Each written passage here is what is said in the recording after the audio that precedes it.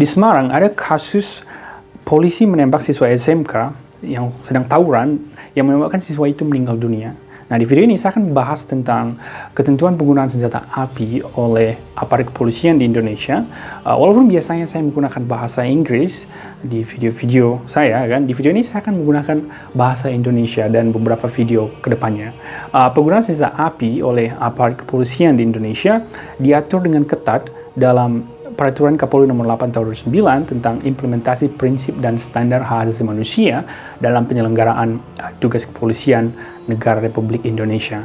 Nah, aturan ini berfokus pada perlindungan hak asasi manusia, mengharuskan polisi untuk menggunakan senjata api hanya dalam situasi yang sangat mendesak dan proporsional.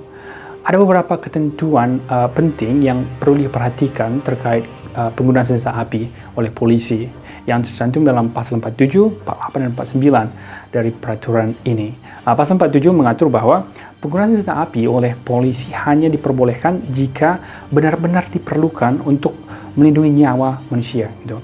Hal ini mencerminkan prinsip bahwa senjata api tidak boleh digunakan secara sembarangan atau tanpa alasan jelas. Senjata api hanya boleh digunakan dalam keadaan-keadaan tertentu, seperti saat menghadapi ancaman terhadap nyawa, membela diri atau orang lain dari ancaman kematian atau luka berat, serta mencegah terjadinya kejahatan berat yang mengancam nyawa. Gitu. Selain itu, penggunaan senjata api juga diperbolehkan untuk menahan atau menghentikan seseorang yang sedang atau akan melakukan tindakan yang sangat membahayakan nyawa. Jika langkah-langkah lain yang lebih lunak tidak cukup untuk menangani situasi yang membahayakan nyawa, maka senjata api dapat digunakan sebagai langkah terakhir. Gitu. Pasal 48 lebih lanjut menjelaskan prosedur yang harus diikuti oleh petugas kepolisian sebelum menggunakan senjata api. Petugas harus mematuhi prinsip legalitas, nesesitas, dan proporsionalitas dalam setiap tindakannya. Nah, sebelum menggunakan senjata api, petugas diwajibkan untuk memberikan peringatan yang jelas kepada sasaran. Peringatan tersebut harus mencakup identitas petugas sebagai anggota kepolisian yang sedang bertugas, perintah untuk berhenti atau angkat tangan, serta pemberian waktu yang cukup bagi sasaran untuk mematuhi peringatan tersebut.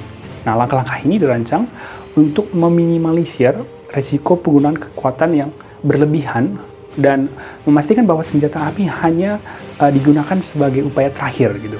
Nah, setelah tindakan penggunaan senjata api dilakukan, Pasal 49 mengharuskan polisi untuk mempertanggungjawabkan tindakannya. Setiap penggunaan senjata api harus dilaporkan secara rinci dan lengkap, serta memberikan penjelasan tentang alasan penggunaan senjata api tersebut. Nah, selain itu, petugas wajib memberikan bantuan medis kepada korban yang terluka akibat tembakan dan memberitahukan keluarga korban.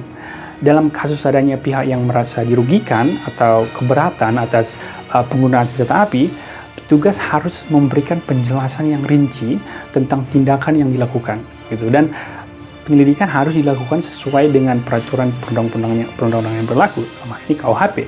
Jadi secara keseluruhan, ketentuan dalam peraturan Kapolri Nomor 8 Tahun 2009 mencerminkan upaya untuk memastikan bahwa penggunaan senjata api oleh polisi dilakukan dengan sangat hati-hati dan sesuai dengan prinsip-prinsip hukum yang berlaku. Nah, dengan mengutamakan perlindungan nyawa manusia dan memastikan setiap tindakan dapat dipertanggungjawabkan, aturan ini bertujuan untuk menjaga keseimbangan antara kebutuhan akan tindakan tegas dalam menjaga keamanan dan hak asasi manusia.